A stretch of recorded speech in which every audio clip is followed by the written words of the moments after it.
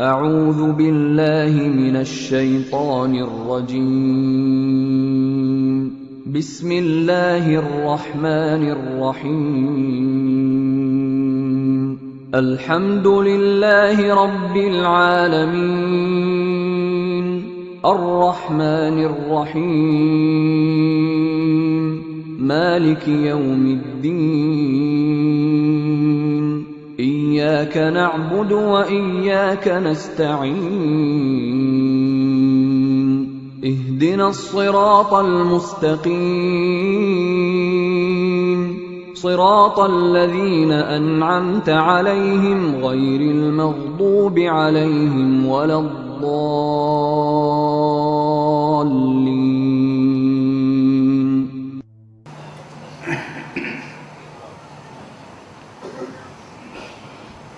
أعوذ بالله من الشيطان الرجيم بسم الله الرحمن الرحيم الحمد لله رب العالمين والصلاة والسلام على أشرف الخلائق أجمعين سيدنا وسيد الأولين والآخرين حبيبنا وحبيب إله العالمين إمام المرسلين وخاتم النبيين أبي القاسم المصطفى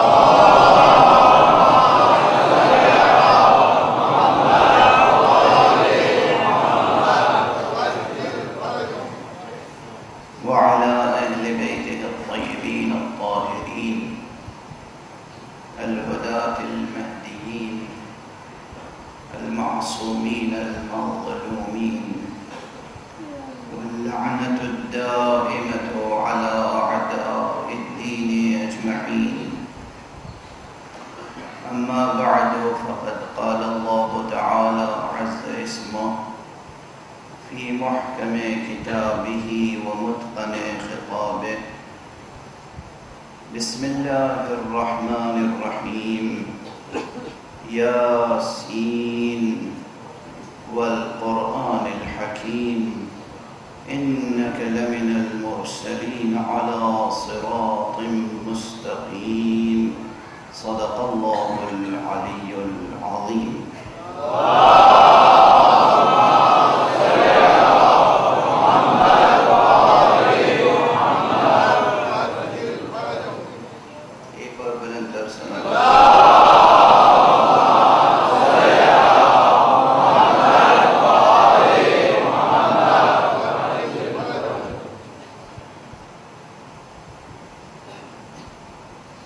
برادران اسلامی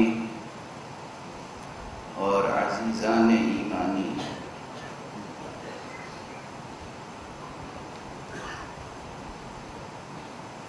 مکتب حسینی میں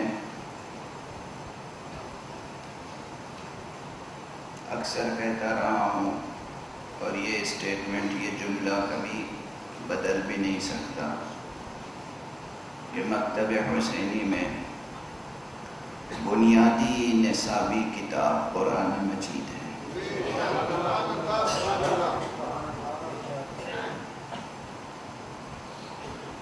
ہمارے پاس، ہمارے دامن میں یا انسانیت کے دامن میں جو سب سے بڑی نعمت ہے اللہ سبحانہ و تعالیٰ کی اس وقت موجود، وہ نعمت قرآن مجید ہے.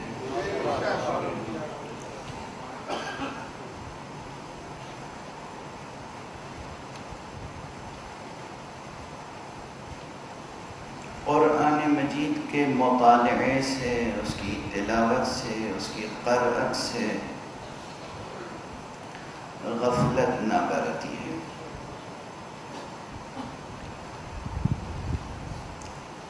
جب اپنی زندگی کے مسائل اور معاملات سے متعلق دعائیں کرتے ہیں تو اس میں ایک دعا یہ بھی کیا کیجیے کہ پروردگار ہمیں اپنی کتاب کی تلاوت کی سعادت عطا فرما. اپنی دعاؤں کی فہرست میں پروردگار رزق و روزی میں برکت عطا فرما، نسل میں برکت عطا فرما، معاشرے میں عزت و آبرو عطا فرما، ہماری نسلوں کو صراط مستقیم پر گامزن فرما۔ جتنی بھی دعائیں آپ کرتے ہیں ان میں ایک دعا یہ بھی اضافہ کیجئے مستقل، ہر نماز کے بعد، ہر وقت دعا، پروردگار اپنے کلام کو پڑھنے اور سمجھنے اور تلاوت کرنے کی سعادت بھی عطا فرما۔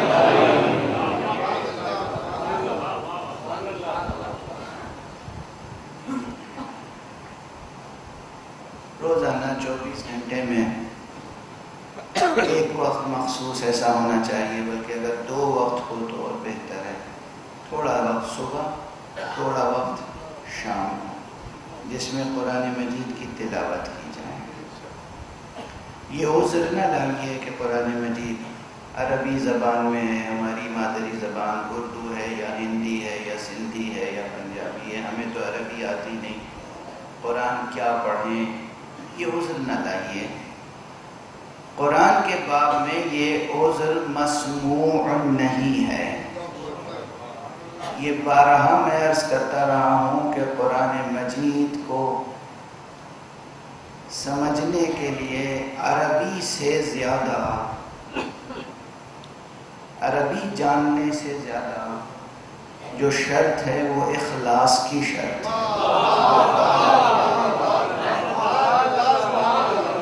اگر انسان اخلاص محبت کے ساتھ، اخلاص مودت کے ساتھ، ایمان و یقین کے ساتھ قرآن مجید کی تلاوت کا شرف حاصل کرے تو قرآن خود اس سے گفتگو کرتا ہے۔ قرآن اللہ سبحانہ و تعالیٰ کا کلام ہے۔ اللہ کے صفات میں سے ایک صفت یہ ہے کہ وہ متکلم ہے۔ متکلم ہے یعنی وہ جس شے میں چاہے کلام پیدا کر سکتا ہے۔ اگر وہ کوہ طور کے ایک درخت سے کلام پیدا کر سکتا ہے تو وہ قرآن مجید میں لکھے ہوئے حروف سے بھی ایسا کلام پیدا کر سکتا ہے جو آپ کی سمجھ میں آ جائے۔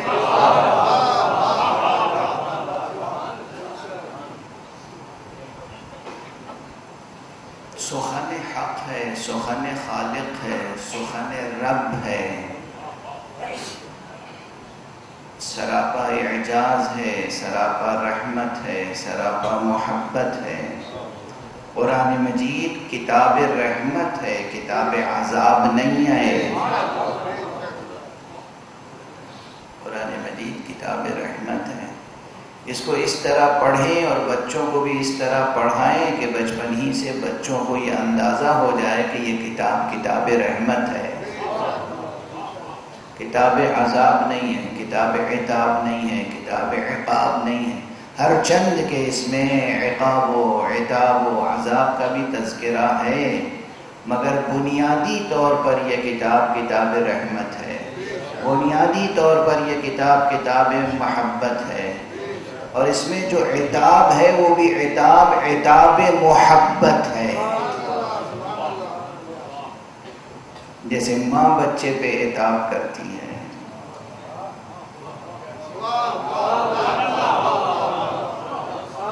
کوئی تازہ مثال نہیں ہے، بہت پرانی مثال ہے، دوسروں نے بھی دی ہے، میں بھی دے چکا ہوں۔ جیسے ماں بچے پر قہر کرتی ہے، عتاب کرتی ہے، اسی طریقے سے رحمت حق بھی رحمت کو پامال کرنے والوں کے لیے عتاب کرتی ہے۔ رحمت حق کو پامال جو کرتے ہیں ان کے لیے عتاب الہی ہے، عذاب الہی ہے۔ قرآن مجید پڑھیں، اور قرآن مجید کے بعض مقامات وہ ہیں، ویسے تو اہتمام کریں، کوشش کریں۔ جوانان عزیز، آپ جوان ہیں، جوان کے معنی یہ ہوتے ہیں کسی معاملے میں ہمت نہ ہاریں۔ جوان کے معنی کیا ہوتے ہیں؟ جوانی کے لیے سن و سال شرط تھوڑی ہے.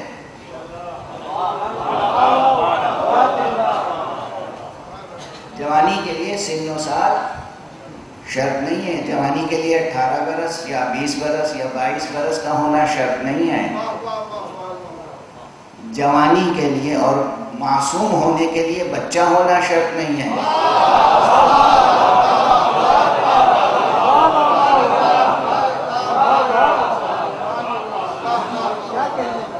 نہ معصوم ہونے کے لیے بچہ ہونا شرط ہے اور نہ جوان مردی کے لیے 18 برس کا جوان ہونا شرط ہے. معصوم ہونے کے لیے اہل تقوی ہونا شرط ہے، خوف خدا شرط ہے، احکام الہی پہ عمل شرط ہے، اور جوان مردی کے لیے فتوت شرط ہے. فتوت وہ صفت ہے جو لفظ فتح سے نکلی ہے. فتوت وہ صفت ہے جو لفظ فتح سے نکلی ہے. اور آپ کے علاوہ کون فتوت اختیار کر سکتا ہے جو کلمہ بھی پڑھتا ہو تو اس کا، جس کے لیے قصیدہ حق ہے، لا فتح الا علی لا سیف الا ذو الفقار.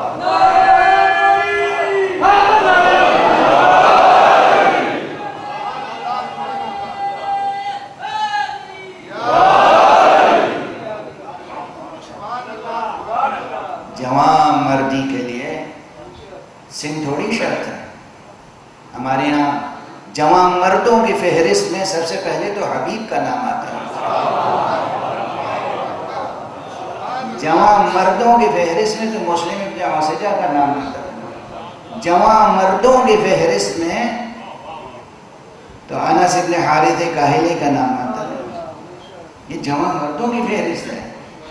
جوانوں کی فہرست الگ ہوتی ہے، جوان مردوں کی فہرست الگ ہوتی ہے.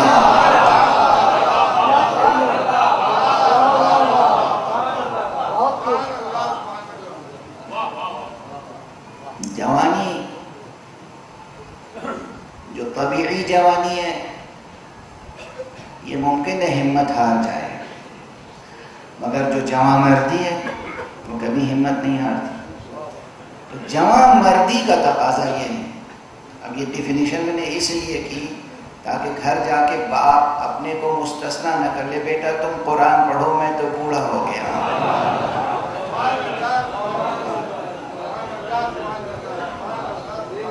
دیکھو مولانا نے تو جوانوں کے لیے کہا ہے، جوانوں کے لیے نہیں، جوان مردوں کے لیے کہا ہے. جوان مردوں میں سب برابر ہیں. بیٹا باپ کو یاد دلائے، باپ بیٹے کو یاد دلائے. گھر کی تہذیب یہ ہونی چاہیے کہ صبح اٹھ کے بیٹا باپ سے پوچھے، بابا آج آپ نے کتنی تلاوت کی. بیٹا باپ بیٹے سے پوچھے، بیٹا آج آپ نے کتنی تلاوت کی. گھر میں یہ بھی گفتگویں ہونی چاہیے. آج کون سا سورہ پڑھا، جیسے ناشتے پہ ڈسکشن ہوتا ہے کہ آج کون سا ناشتہ کریں گے، دیسی کریں گے، بدیسی کریں گے، کانٹیننٹل کریں گے، برٹش ناشتہ کریں گے، امریکن کریں گے، میکسیکن فوڈ لیں گے، کارن فلیکس لیں گے یا ستو پھاکیں گے. اس میں خاصا وقت لگاتے ہیں لوگ. صاحب خانہ، صاحبہ خانہ، بیٹی، بہو، بیٹا، بچے، سب سے ڈسکشن ہوتا ہے خاصا کہ بھئی آج ناشتہ کیا ہونا چاہیے اور کل ناشتہ کیا ہونا چاہیے. اسی طرح اس پر بھی تو ہونا چاہیے کہ روح کا ناشتہ کس چیز سے کیا جائے.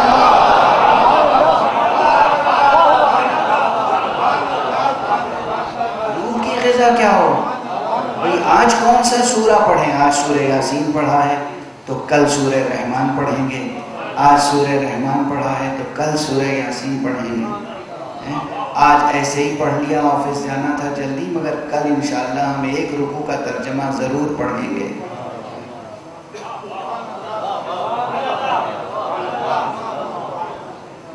یہ ہماری روزمرہ کی زندگی میں، گھر کی زندگی میں قرآن موضوع گفتگو ہے یا نہیں ہے؟ اگر ہے تو ہم تہذیب آل محمد سے جڑے ہوئے ہیں، اگر نہیں ہے تو سمجھنا چاہیے ہم تہذیب آل محمد سے وابستہ نہیں۔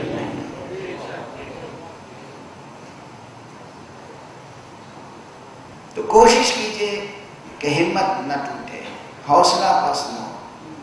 کیا کہہ رہا تھا میں؟ جملہ یہ کہہ رہا تھا کہ جوان مردی کا تقاضا یہ کہ کسی معاملے میں ہمت نہ ہارے، تو قرآن کی تلاوت میں بھی ہمت نہ ہارے، قرآن پڑھیں اور کوشش کریں کہ صرف سال بھر میں ایک مہینہ جو آتا ہے رمضان المبارکہ، اس میں لوگ کوشش کرتے ہیں کہ ایک قرآن ختم کر لیں، اس میں تو ایک سے زیادہ قرآن ختم ہونا چاہیے۔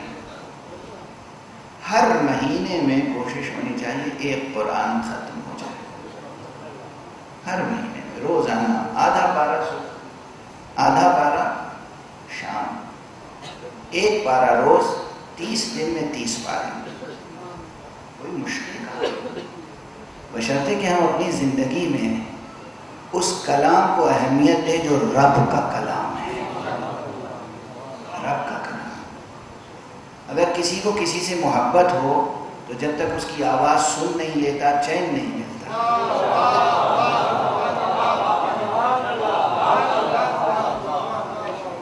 معلوم گھر سے نکلے ہیں، میاں بیوی میں آپس میں بات ہوئی، بہت اچھے موڈ میں، خوشگوار موڈ میں ناشتہ کیا، اور اس کے بعد آفس جا رہے ہیں، لیکن پھر بھی راستے میں ڈرائیو کرتے ہوئے بھی ٹیلی فون سے باتیں بیگم سے ہو رہی ہیں۔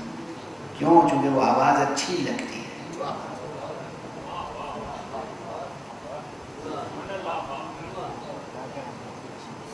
اللہ کی آواز اچھی نہیں لگتی ہے، یہ جو زندگی کو ہوگی وہ کلام حق سے ہوگی۔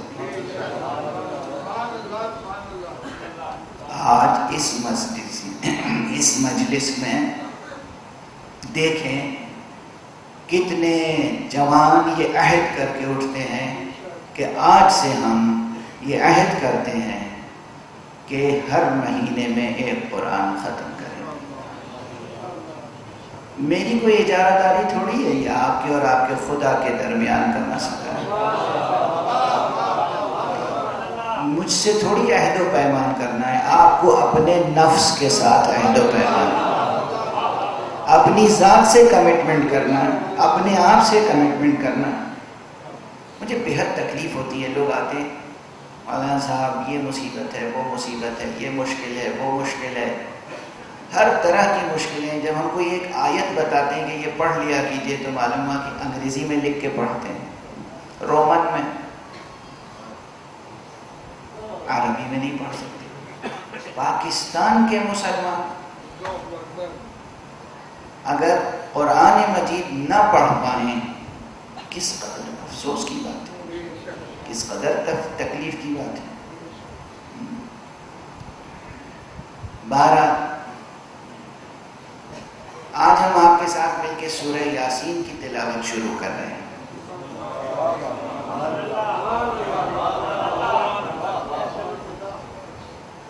شروع کر رہے ہیں، ختم تو ہو نہیں پائے گی۔ اللہ سلامت رکھے ہمارے نجم الحسن جعفری صاحب کو، اور ان کی نیکیوں کو قبول فرمائے، اور جو ان میں کمزوریاں ہیں اسے دور فرمائے، اور ان کی نسل میں بھی یہ تہذیب عزاداری کو پروان چڑھائے۔ کس قدر محنت کرتے ہیں، کوششیں کرتے ہیں۔ دل چاہتا ہے کہ 9 تاریخ کی مجلس میں ان کے ہاں ان کے لیے اور ان کے بزرگوں کے لیے اور خانوادے کے لیے دعائیں کروں، مگر پھر 9 محرم ہونے کی حیثیت سے میں کچھ نہیں کہہ پاتا۔ خدا ان کو اور تمام حضرات کو جو مجالس کا خصوصی اہتمام اپنے گھروں پہ کرتے ہیں یا ان بارگاہوں میں کرتے ہیں، پروردگار انہیں جزائے خیر عطا فرمائے۔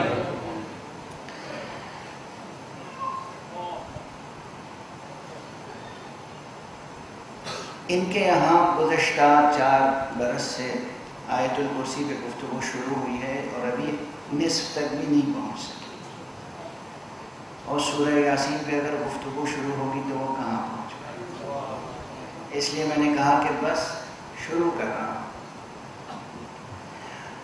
سورہ مبارک یاسین کو پیغمبر اکرم صلی اللہ علیہ وسلم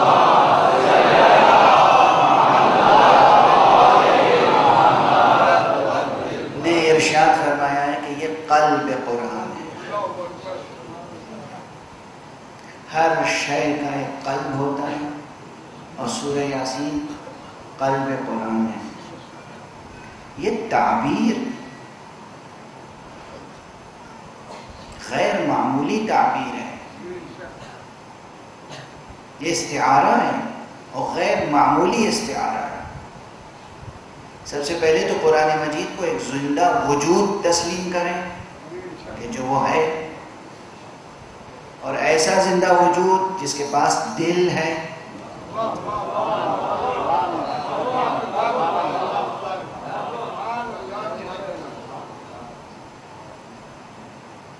اور وہ دل ہے سورہ یاسین. علماء میں یہ اختلاف اپنی جگہ موجود ہے کہ اس سورے کو کیوں قلب قرآن فرمایا حضرت نے. علماء کو فرمایا پروردگار ان سے توفیقات میں عطا فرمائے. بزرگ مفسرین کے درمیان یہ اختلاف ہے کہ اس سورے کو کیوں قلب قرآن کہا گیا. کچھ حضرات کہتے ہیں کہ اس کی 12ویں آیت سبب ہے کہ اسے قلب قرآن کہا. 12ویں آیت کیا ہے؟ میں اس آیت پر کراچی میں تقریر کر چکا ہوں، اس لیے مکرر ارشاد کی گنجائش نہیں ہے. مکرر ارشاد شاعری میں تو اچھا معلوم ہوتا ہے، مگر اس کے علاوہ اتنا اچھا نہیں معلوم ہوتا.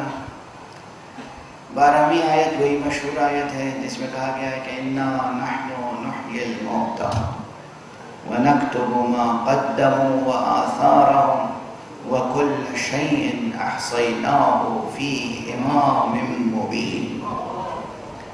تو بہت سے علماء کا یہ نظریہ ہے تفسیر کے باب میں کہ اس آیت کی بنا پر سورہ یاسین کو قلب قرآن کہا گیا ہے. یہ نظریہ کمزور بھی نہیں ہے لیکن اس پر اجماع نہیں ہے، قوی نظریہ ہے. اس طالب علم کا رجحان بھی اسی طرف ہے کہ اس آیت کو اگر غور سے پڑھیں تو اس کا آہنگ بھی ایسا ہے.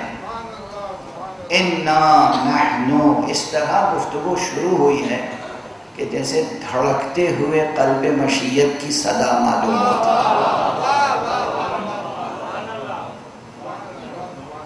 اور پھر امام مبین کا تذکرہ ہے، پھر مردوں کو زندہ کرنے کا تذکرہ ہے. اِنَّا نَحْنُ نُحْيِي الْمَوْتَى، ہم ہیں ہم جو مردوں کو زندہ کرتے ہیں. یہ آیت عظیم الشان آیت ہے. علامہ طباطبائی کی اصطلاح میں غرر آیات میں سے ہے، یعنی قرآن مجید کی تابناک ترین اور تابکار ترین آیتوں میں سے ایک آیت یہ ہے. سورہ مبارک یاسین کی آخری 2 آیتیں بھی قیامت کی ہیں. انما امره اذا اراد شيئا ان يقول له كن فيكون فسبحان الذي بيده ملكوت كل شيء واليه ترجعون.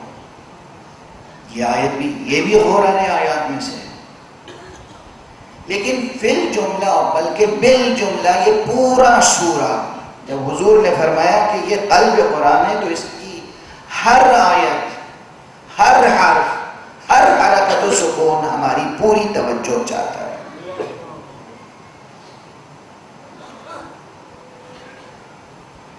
ایک بات اور عرض کر دوں، اور بلکہ اسے آپ نقل قول سمجھیں اور پیغام سمجھیں. پروردگار امت اسلامیہ پر، عالم بشری پر، اور بطور خاص مومنین پر حضرت آیت اللہ العظمیٰ شیخ حسین وحید خراسانی کا سایہ برقرار رکھے. آیت اللہ وحید خراسانی بے حد اصرار فرماتے ہیں، تاکید فرماتے ہیں کہ ہر روز ایک مرتبہ سورہ یاسین کی تلاوت کر کے اسے امام زمانہ کو ہدیہ کیا کرو۔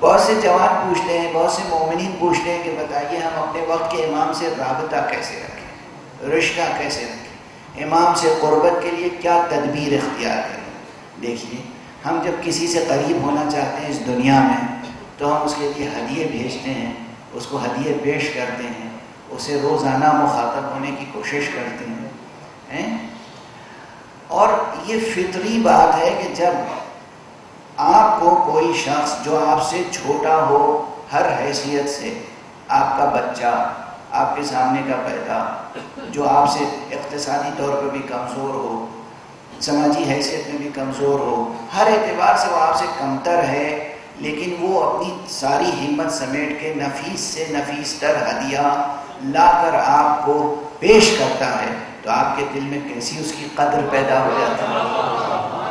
ہوتی ہے یا نہیں ہوتی؟ اور وہ اپنی حیثیت سے ہدیہ دیتا ہے تو آپ اپنی حیثیت سے اسے ہدیہ دیتے ہیں نا؟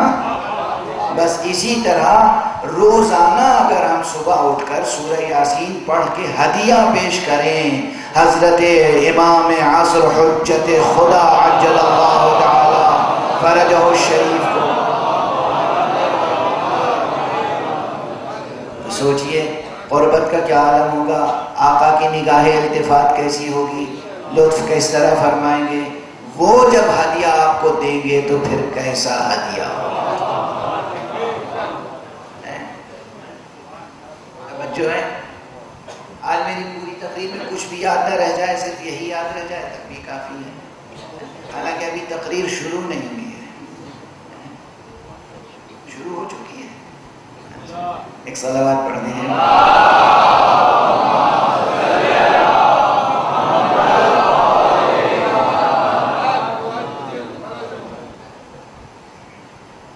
جب بھی پڑھیں، اچھا چلیے یہی نسخہ پوری طرح بیان کر دوں آپ کے سامنے۔ آیت اللہ العظمیٰ وحید خراسانی حفظہ اللہ پروردگار ان کی حفاظت فرمائے، دو طریقے سے تاکید فرماتے ہیں۔ اولا تو فی الجملہ قرآن مجید کی تلاوت کی تاکید، دوسرے یہ فرماتے ہیں کہ چاند کی پہلی تاریخ سے تلاوت شروع کرو، پہلے دن تلاوت کرو ایک پارہ قرآن یا سورہ یاسین، اور اسے رسول اللہ صلی اللہ علیہ وسلم کو ہدیہ کرو، دوسرے دن تلاوت کرو امیر المومنین علیہ السلام کی خدمت میں ہدیہ کرو، تیسرے دن تلاوت کرو بی بی زہرا کی خدمت میں ہدیہ پیش کرو، چوتھے دن امام حسن اور پانچویں دن امام حسین، اور اسی طرح چھٹے دن امام سجاد علیہ السلام و صاحب۔ 14ویں جب آئے گی تو امام عصر کی خدمت میں ہدیہ پیش کرو، اور پھر 15ویں جب آئے گی تو پھر اسی ترتیب سے سرکار رسالت مآب سے شروع کر کے ہر روز، تو اس طرح ہر مہینے میں ہر معصوم کی بارگاہ میں 2 بار حاضری ہو جائے گی۔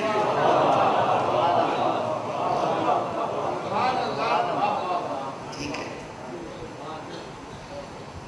یا دوسرا طریقہ وہ جو پہلے میں نے عرض کیا کہ روزانہ ایک سورہ یاسین پڑھ کر امام عصر عجل اللہ تعالی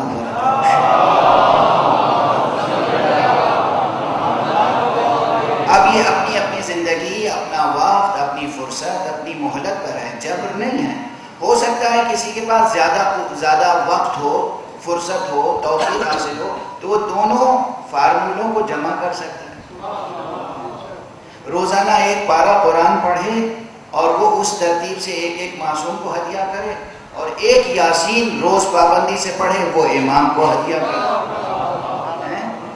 ہر مہینے میں 2 مرتبہ تمام معصومین کی خدمت میں حاضری ہوگی، اور ہر روز اپنے زمانے کے امام کی خدمت میں حاضری ہوگی۔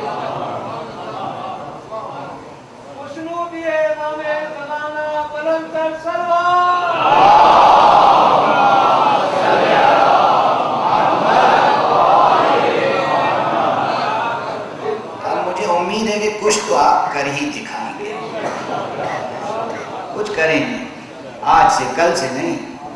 اور کیا، آج ہم نے سنا ہے کہ کراچی میں لوگ سوتے ہی نہیں ہیں رات میں، سوتے عام دنوں میں بھی نارمل ان کی روٹین یہ ہے کہ سوتے سوتے 1 بجتا ہے، 1:30 بجتا ہے، 2 بجتا ہے، 2:30 بجتا ہے۔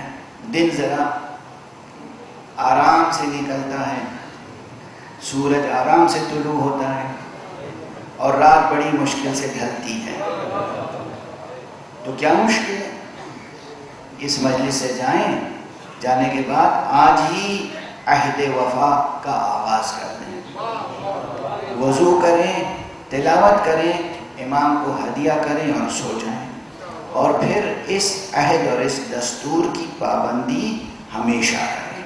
ایک صلوات پڑھ دیجیے۔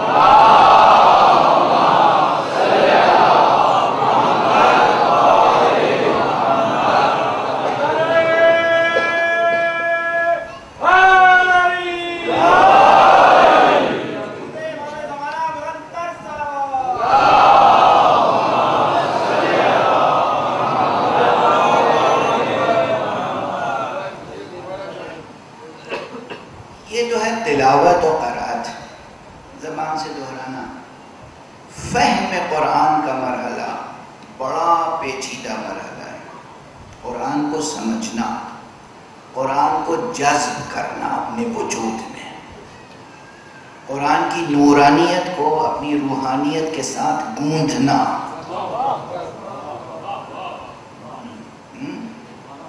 اپنے دل میں بس ایک چیز بسا لیں، اللہ، اور پھر آپ کے گنبد وجود میں ایک ہی چیز گونجتی رہے گی، صدائے اللہ۔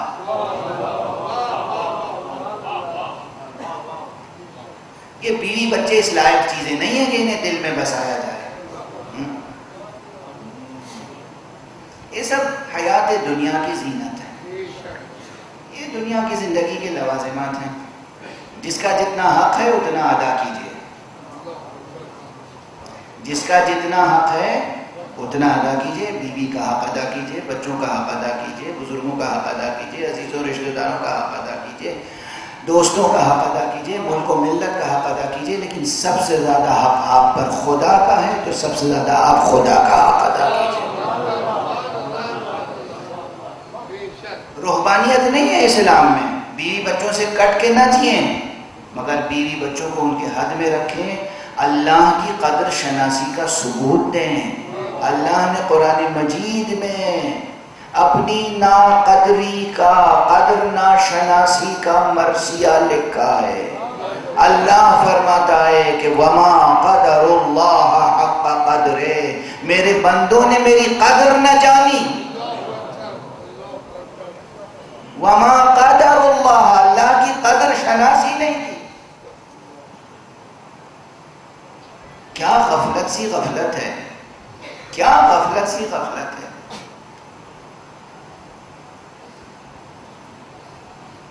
اسی قرآن مجید میں وہ آیت بھی موجود ہے جس میں اللہ نے اعلان فرمایا ہے کہ تمہاری بیویوں میں اور تمہاری اولاد میں تمہارے دشمن ہوتے ہیں۔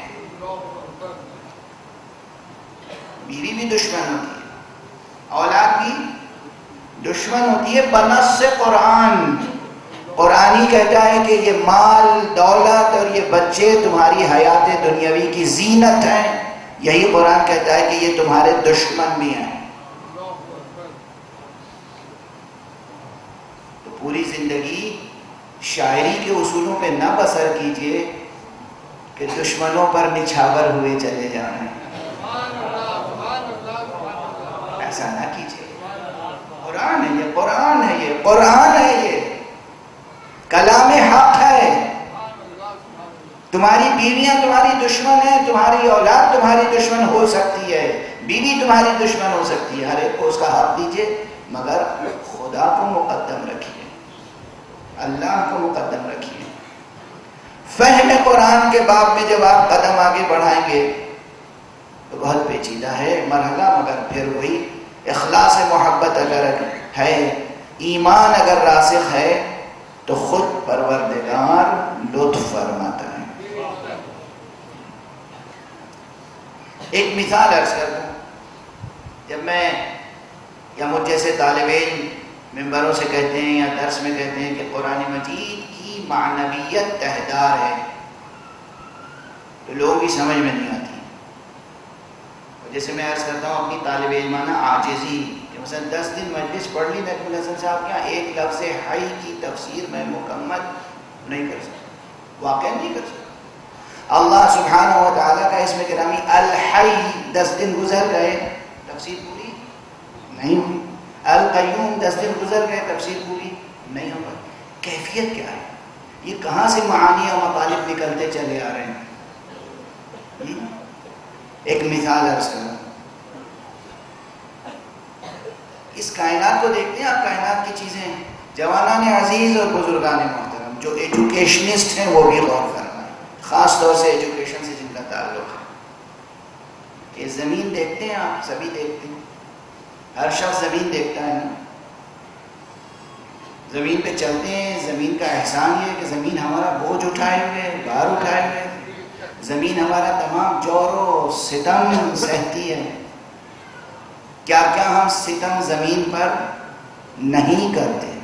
زمین اللہ کی پاکیزہ مخلوق، اللہ کی اطاعت گزار مخلوق، اللہ کے حکم سے ہم پر یہ احسان کر رہی ہے، ہمارے لیے مسخر ہے، ہمارا بار اٹھاتی ہے، وہ ہمیں پناہ دیے ہوئے ہے. ہم اسی کے سینے پہ اللہ کا گناہ کرتے ہیں.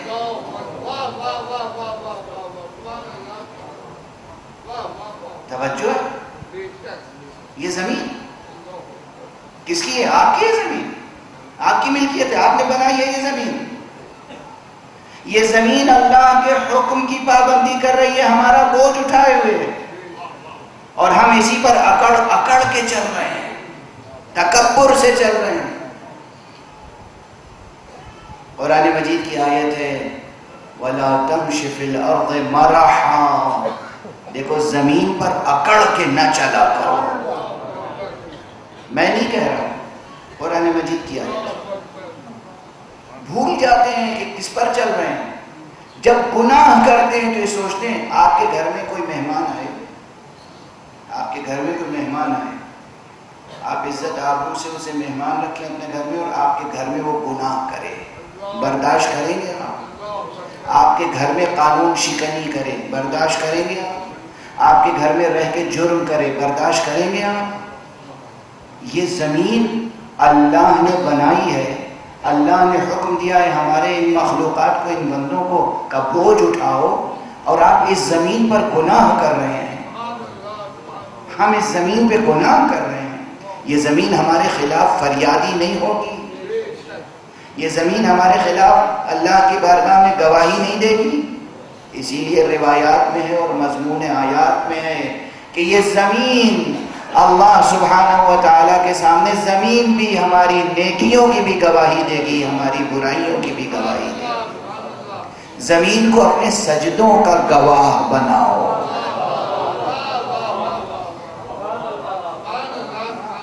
زمین کو اپنے قیام للہ کا گواہ بناؤ، زمین کو اپنے رکوع کا گواہ بناؤ، زمین کو اپنے سجود کا گواہ بناؤ، زمین کو اپنی تلاوتوں کا گواہ بناؤ، زمین کو اپنی تواضع، انکساری اور خاکساری کا گواہ بناؤ. تو یہ زمین، یہ تراب ابو تراب کی خدمت میں گواہی دے گی کہ ہاں یہ ابو ترابی ہے.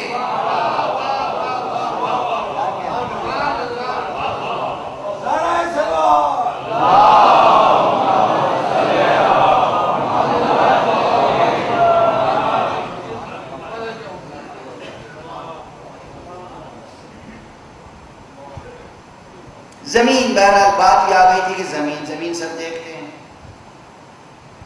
مگر سمجھتے ہیں کہ زمین میں کیا ہے. زمین دیکھتے ہیں تو سمجھتے ہیں کہ اس زمین میں کہاں پہ تیل کا ذخیرہ ہے، کہاں پہ سونے کا ذخیرہ ہے، کہاں پہ عقیق و یاقوت ہے، کہاں فیروزے کی جڑیں ہیں. سمجھ میں آتا ہے سب کی؟ نہیں آتا ہے تو سمجھ میں نہیں آتا. کون سی زمین پہ کون سی کاشت روئیدہ ہو سکتی ہے، سب کی سمجھ میں آ جاتا ہے؟ نہیں آتا. کس زمین پر کیسی عمارت بن سکتی ہے؟ سمجھ میں آ سکتا ہے؟ سب کی سمجھ میں نہیں آتا. زمین ایک ہے، وہی خاکستری زمین، وہی مٹی کی زمین، مگر اسی ایک زمین کا مخصوص اینگل سے مطالعہ کرنے والا زمینوں کو دیکھ کر پھر بتا دیتا ہے یہاں پر کون سی فصل ہوگی اچھی. زمین ہی کا دوسرے نقطۂ نظر سے مطالعہ کرنے والا بتا سکتا ہے کہ اس ٹکڑے پر کیسی عمارت بن سکتی ہے، کتنی بلند عمارت بن سکتی ہے، 1 منزلہ 2 منزلہ بن سکتی ہے، یا 8-10 منزلہ 20-25 منزلہ بھی بن سکتی ہے، 100 منزلہ بھی بن سکتی ہے. اسی سوائل ٹیسٹ کے ساتھ اسی زمین کی مٹی کو ٹیسٹ کر کے یہ حکم لگایا جاتا ہے. لیکن ہر شخص یہ بیان نہیں کر سکتا، وہی بیان کر سکتا ہے کہ جس نے اس فن کو اس زاویے سے حاصل کیا ہو. زمین ایک ہے، یکساں ہے، زمین کا منظر ایک جیسا ہے، مگر وہاں ایک شخص جاتا ہے، دیکھتا ہے اس زمین پہ حکم لگاتا ہے یہاں ایسی عمارت بن سکتی ہے. دوسرا جاتا ہے کہتا ہے کہ یہاں یہ فصل ہو سکتی ہے. تیسرا جاتا ہے کہتا ہے یہاں سے میٹھا پانی نکل سکتا ہے، یہاں سے کھارا پانی نکل سکتا ہے. چوتھا جاتا ہے وہ کہتا ہے کہ یہاں زمین میں ان معدنیات کے ذخائر موجود ہیں. پانچواں جاتا ہے وہ سمجھتا ہے کہ یہاں پر ان جواہرات کے ذخائر موجود ہیں. زمین ایک ہے، اس زمین میں کیا کیا کچھ ہے ہر صاحب فن اسی زمین کو دیکھ کر مطالعہ کر کے بتاتا ہے. اسی طرح یہ ایک معمولی سی مثال ہے. قرآن ایک ہے، قرآن کی آیتیں یہی ہیں، مگر اس میں علوم کا ذخیرہ موجود ہے. ہر طالب علم جتنا ڈوبتا چلا جائے گا انہی آیتوں سے ذخائر نکلتے چلے گا.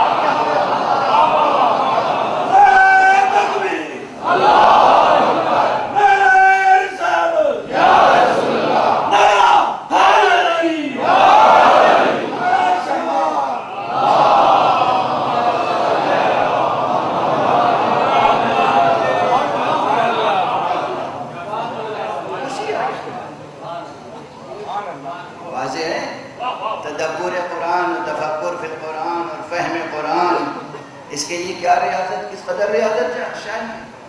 ایک شخص علم نحو میں ماہر ہے، اس نے نحوی اعتبار سے قرآن کی تفسیر لکھ ڈالی. ایک طرف ایک شخص علم حکمت میں ماہر ہے، اس نے حکیمانہ مضامین دیکھ کر قرآن مجید کی تفسیر لکھ ڈالی. ایک شخص علم کلام میں ماہر ہے، اس نے کلامی تفسیر لکھ ڈالی. ایک شخص جو ہے وہ علم فقہ میں ماہر ہے، اس نے فقہی تفسیر لکھ ڈالی. ایک شخص علم عرفان میں ماہر ہے، اس نے عرفانی تفسیر لکھ ڈالی. انہی آیتوں کی ایک سے زیادہ تفسیر ہوتی چلی جا رہی ہے، اور کسی کو حق حاصل نہیں ہے کہ یہ کہے کہ یہ تفسیر باطل ہے، یہ تفسیر غلط ہے، جب تک کہ یہ تفسیر مسلمات دین سے ٹکرا نہ جائے. اگر تفسیر مسلمات دین سے ٹکرا جاتی ہے، اگر تفسیر اصول دین کو پامال کرتی ہے، اگر تفسیر مقاصد الہیہ کے خلاف ہے، ہوائے نفس انسانی کی خاطر تفسیر کی جا رہی ہے، تو وہ تفسیر بالرائے ہے اور حرام ہے. لیکن اگر تفسیر سچی علمی تشنگی کے ساتھ ہو رہی ہے کہ ہم دیکھیں کلام الہی میں گہرائیاں کیسی ہیں، اس پیغام وحی میں گہرائیاں کتنی ہیں، اس خزینہ علوم ختم نبوت میں کتنی جامعیت ہے. آخر یہ وہ خزانہ ہے جو شہر علم کے دل پر نازل ہوا تھا.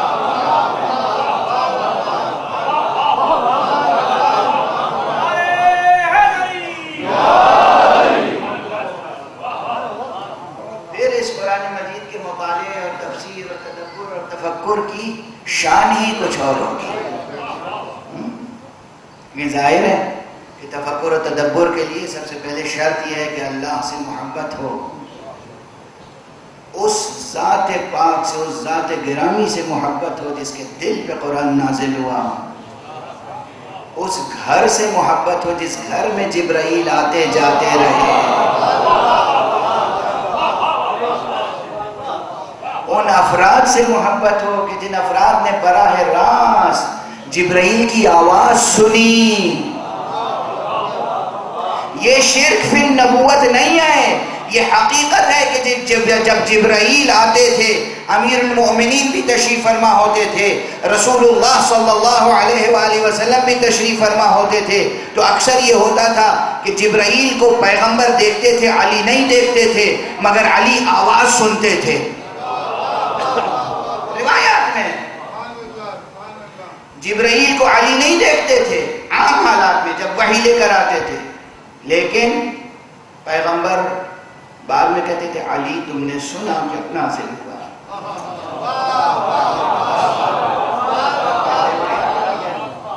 روایات میں اب ممکن نہیں ہے کہ انسان فہم قرآن و تدبر قرآن و تلاوت قرآن کا حق ادا کرے اور علی سے دل میں بغض رکھے۔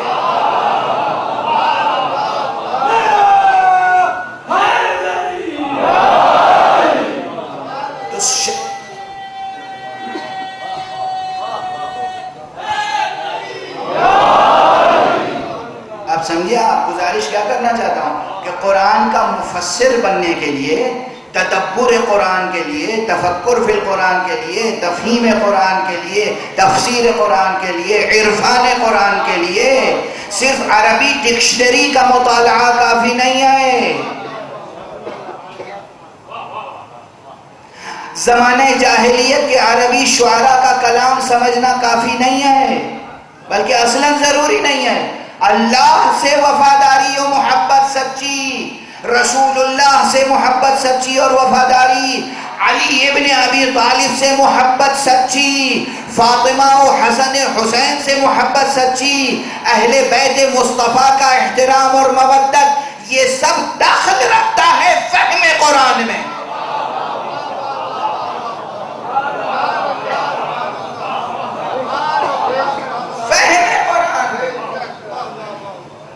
ممکن نہیں ہے کہ ایک انسان علی سے بغض رکھتا ہو، اہل بیت سے ناسبیت رکھتا ہو، اور قرآن اپنا سینہ اس کے لیے کھول دے، قرآن اپنا خزانہ اس کے دامن میں ڈال دے۔ ممکن نہیں ہے، ممکن نہیں ہے۔ یہ سب شاہ مل جائے گا ہر قاری کو قرآن جہان میں، مل جائے گا ہر قاری کو قرآن جہان میں، اور قرآن کو شبیہ کا قاری نہ ملے گا۔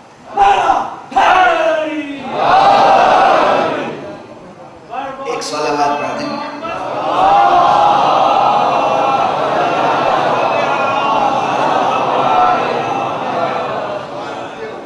بس گفتگو سمیٹ رہا ہوں، آج کی پوری گفتگو تمہید ہی تمہید میں رہی، لیکن یہ تمہید صرف تمہید نہیں ہے، ہر جملہ اس فقیر کا آپ کی توجہ چاہتا ہے، ہر جملہ۔ قرآن پڑھیں، قرآن سے عہد وفا نبھائیں، تلاوت کریں روز، ہدیہ کریں معصوم کو، اور فہم قرآن کی کوشش کریں۔ قرآن کی تلاوت کے لیے بھی توفیق حاصل کرنے کے لیے دعا کریں، فہم قرآن کے لیے بھی دعا کریں، محنت علمی بھی کریں، دعا بھی کریں۔ جب آپ دعا کریں گے تو پھر قرآنی علوم کھل کے سامنے آئیں گے۔ محنت اور دعا، محنت اور دعا۔ اللہ سے طلب توفیق و دعا کے بغیر صرف اپنی علمی محنت پر یہ سوچنا کہ قرآن سمجھ لیں گے، انشاءاللہ کبھی نہیں سمجھ سکیں۔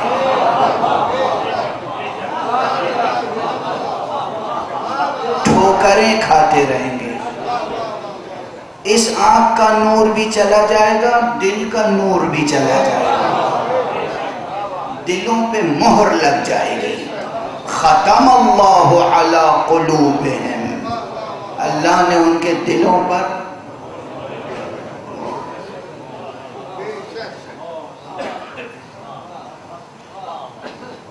دعا، خدا سے تضرع، زاری، طلب توفیق، طلب سعادت، محمد و آل محمد کی محبت، مودت، شفاعت، ایسا رویہ ہو ثقلین کے ساتھ کہ آل محمد کی بارگاہ میں قرآن ہماری شفاعت کرے اور قرآن کے سامنے آل محمد ہماری شفاعت کرے۔ پھر آیتوں کو پڑھیں تو ایک دنیا سامنے آئے گی، بلکہ جتنی مرتبہ آیت پڑھیں گے اتنی بار نئے مضامین سامنے آتے ہیں. بسم اللہ الرحمن الرحیم یاسین والقرآن الحکیم انک لمن المرسلین علی صراط مستقیم تنزیل العزیز الرحیم. اللہ اکبر. دیکھیے یہ ابتدائی آیتیں جو ہیں، انہی ابتدائی آیتوں میں بعض ایسے مطالب ہیں، بعض ایسے مباحث ہیں. میں طالب علمانہ عاجزی کے ساتھ یہ بات کہہ رہا ہوں، عالمانہ تکبر یا تعلی کے ساتھ نہیں. انہی ابتدائی آیتوں میں بعض ایسے مطالب ہیں جن کی طرف آج تک جتنی تفسیریں لکھی گئیں ان میں اشارہ تک نہیں ہے.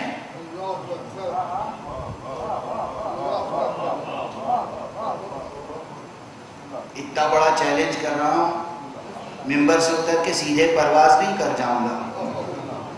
ابھی چند روز رہوں گا شہر میں، مل جائیں یہ مطالب کسی کو تو لا کے دکھا دیجیے گا.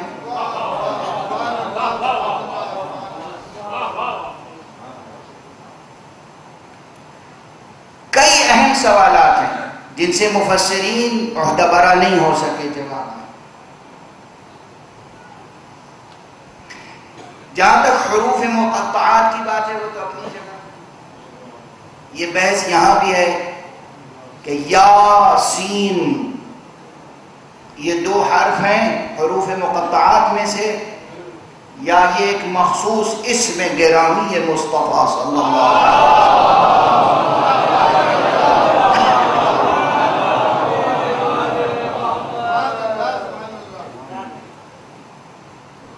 زیادہ مضبوط قول یہی ہے کہ یہ اسم گرامی مصطفیٰ ہے صلی اللہ علیہ وسلم.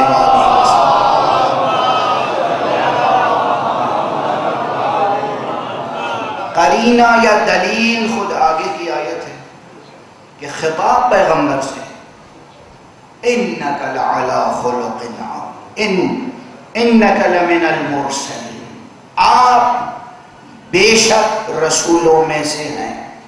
یہ جو خطاب ہے، خطاب سے پہلے کیا ہے؟ قسم، اور قسم سے پہلے کیا ہے؟ یاسین.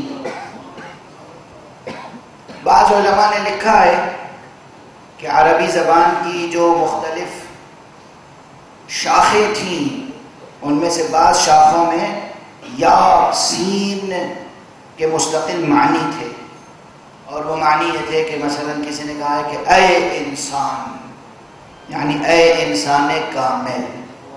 یاسین یعنی اے انسان کامل.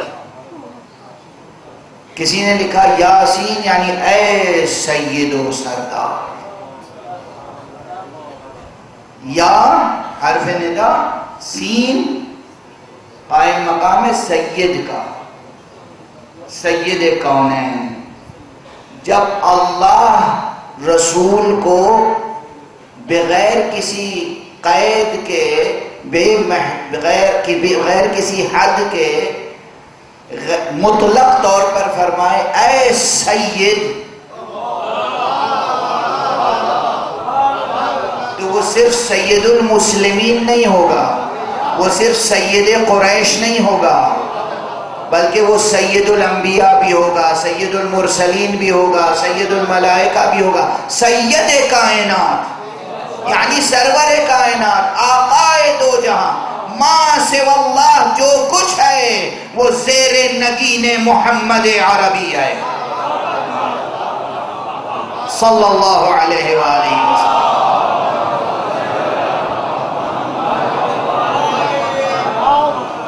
یعنی وہی بات، وہی مضمون جو فرمایا گیا ہے کہ بعد از خدا بزرگ تو ہی قصہ مختصر، اللہ ہے اور اللہ کے بعد محمد رسول اللہ صلی اللہ علیہ وآلہ وسلم. حضور کی ذات گرامی.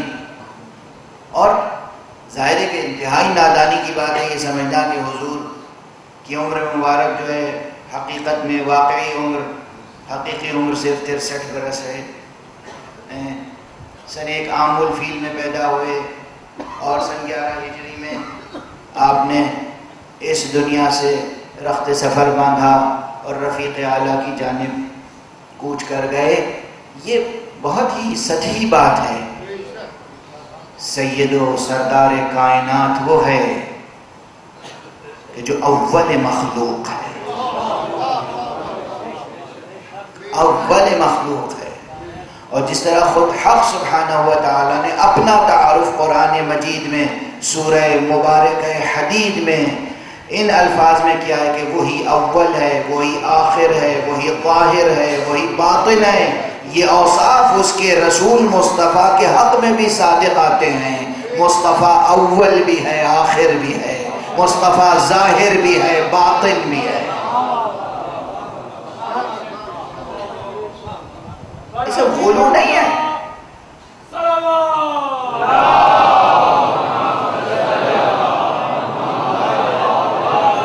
یہ غلو نہیں ہے. بعض حضرات ہیں یہاں کے ملک میں ایک صاحب ہے، میں انہیں بہت دانشور سمجھتا تھا، اب میری رائے بدل چکی ہے. انہوں نے ہم پر یہ الزام لگایا، ایک بات تو یہ کہی کہ یہ شیعیت جو ہے یہ مجوسیت کا اسلام میں داخل ہونے کے بعد ایک چہرہ شیعیت کی شکل میں پیدا ہوا. یہ آپ کے ملک کے آدمی ہیں، آپ جانیے. ان کو سب لوگ بہت بڑا دانشور سمجھتے ہیں، بہت بڑا دانشور. ادیب بھی ہیں، نقاد بھی ہیں، دانشور بھی ہیں، ماہر اقبالیات بھی ہیں.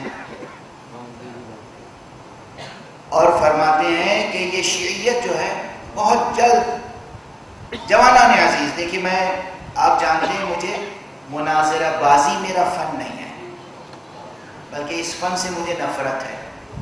روز عاشورہ امام حسین علیہ السلام،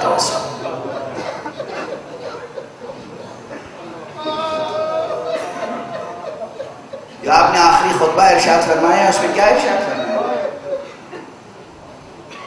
اتمام حجت کا مجھے پہچانتے ہو میں کون ہوں؟ کیا تمہارے درمیان روئے زمین پر کوئی اور فرزند رسول میرے علاوہ ہے؟ تمہارے نبی کا بیٹا، تمہارے رسول کا بیٹا کوئی اور ہے؟ اور کیا میں نے دین میں کوئی تبدیلی کر دی ہے؟ کیا کوئی تحریف کی ہے؟ کہ تمہارے میں سے کسی کا خون میری گردن پر ہے؟ جواب تھا نہیں. کسی نے کہا کہ ہم آپ کو آپ کے باپ کے بغض میں قتل کر رہے ہیں، علی کے بغض میں. خود امام نے فرمایا کہ سبب یہ ہے کہ تمہارے پیٹ مال حرام اور لقمہ حرام سے بھر چکے ہیں، اس لیے میرا کلام تمہارے اوپر اثر نہیں کر رہا. قرآن سے حسین کی وابستگی ہی کا تو یہ عالم تھا کہ سر و گردن میں جدائی کے بعد بھی نو کے نیزہ پہ قرآن کی آیتوں کی تلاوت ہوئی.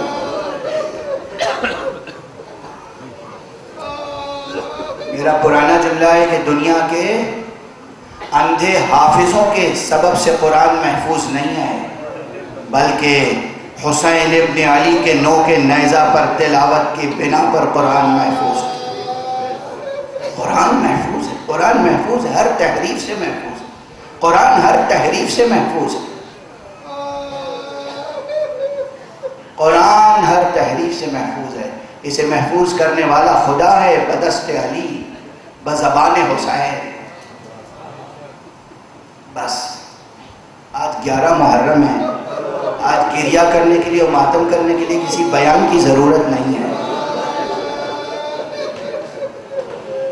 آج کی شب وہ ہے کہ امام حسین کا سر ایک روایت کی بنا پر شب بھر ایک شقی نے تنور میں رکھ دیا.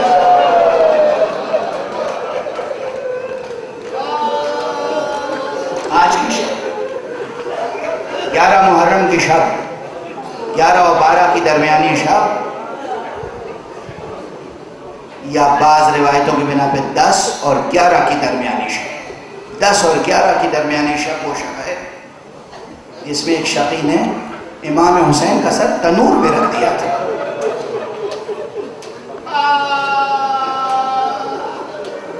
اور جب وہ اپنے گھر میں اس نے سر رکھ دیا تنور میں اور لیٹ گیا، اس کی زوجہ نے پوچھا کیا لائے ہو؟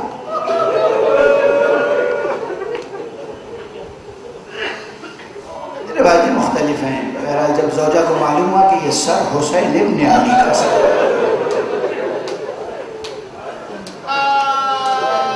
تو اس عفیفہ نے، اس مومنہ نے کہا اب ایک تکیے پر میرا اور تیرا سر جمع نہیں ہو سکتا.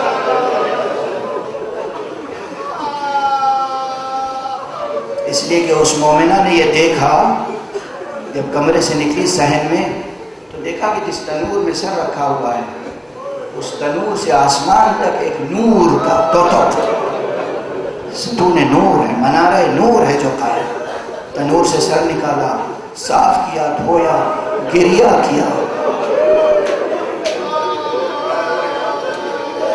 پھر کمرے میں آ کے بیٹھی. پھر دیکھا کہ باہر جیسے کچھ چہل پہل نظر آ رہی ہے. اس نے دیکھا آسمان سے عماریاں اتری ہیں اور کوئی بی بی ہے اس میں جو سینہ پیٹ پیٹ کے رو رہی ہے، میرے بیٹے تیرا سر تنور میں رکھا گیا، میرے بیٹے تیرا جسم گھوڑوں کی ٹانگوں سے پامال کیا گیا، میرے لال تیرا کیا قصور تھا کہ تجھ پر اتنے مظالم ڈھائے گئے؟ اجرکم علی اللہ. یہ 11 محرم ہے، آج گریہ کرنے کے لیے کسی بیان مسائل کی ضرورت نہیں. میں اکثر عرض کرتا ہوں یہ جملہ، لوگ کہتے ہیں کب تک گریہ کرو گے؟ میں کہتا ہوں ابھی خون حسین تازہ ہے، ہمارے آنسو خشک کیسے ہو سکتے ہیں؟ اور دوسرا جملہ بھی سن لیجئے، ابھی بھی اکثر فاطمہ کے رونے کی آواز بلند ہوتی رہے، ابھی بھی بی بی فاطمہ کے گریے کا سلسلہ جاری ہے. بس اب کچھ نہیں پڑھوں گا، ایک روایت، ایک واقعہ نجف اشرف میں آیت اللہ العظمیٰ آقائے سید ابو القاسم الخوئی کے بعد جو مرجع تقلید ہوئے،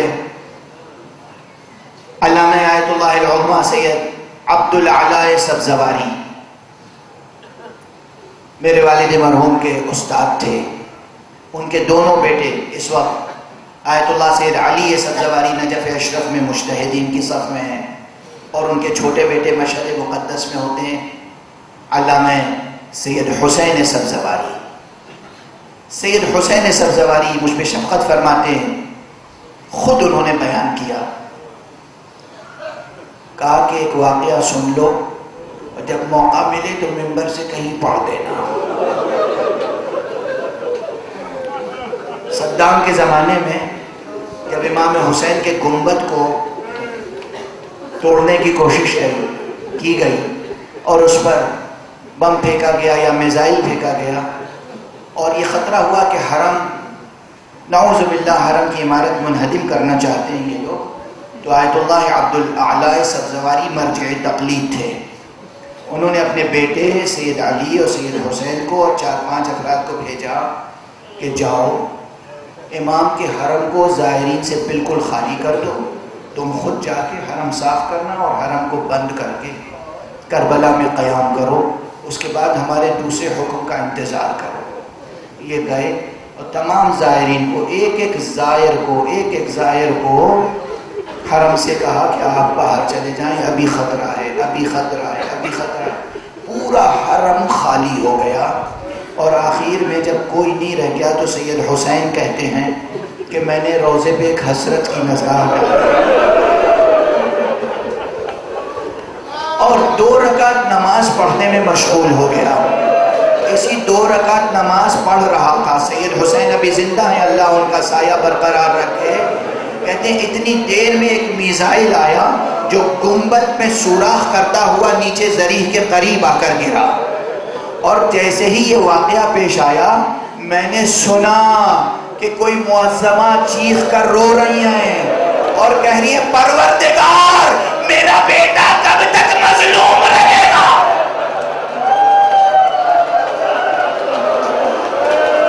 میرے والد میرا لال کب تک مظلوم رہے گا؟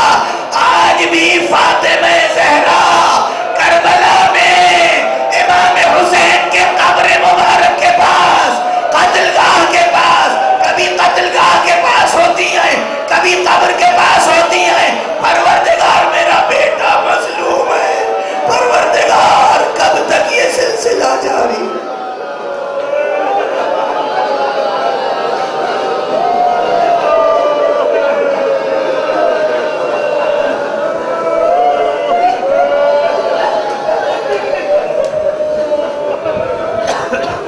اِنَّا لِلَّهِ وَإِنَّا إِلَيْهِ رَاجِعُونَ رِضًا بِقَضَائِهِ وَتَسْلِيمًا لِأَمْرِهِ پروردگار ہمیں علوم قرآن اور معانی اہل بیت سے آشنا فرما پروردگار ہمیں کلام حق سے قرآن سے وفاداری کی توفیق عطا فرما پروردگار ہمیں قرآن کی تلاوت کی سعادت عطا فرما ہمیں قرآن اور اہل بیت سے سچی اور پوری وابستگی کی توفیق اور قوت عطا فرما پروردگار ملت اسلامیہ کو تہذیب آل محمد کے سانچے میں ڈھال دے پروردگار ملت اسلامیہ کے تمام مسلمانوں کے ایک ایک فرد کو شعور حق عطا فرما پروردگار اپنے ولی آخر کو اذن ظہور عطا فرما اور ان کے ہاتھوں سے اپنی رحمت و رافت و عدالت کا پرچم لہرا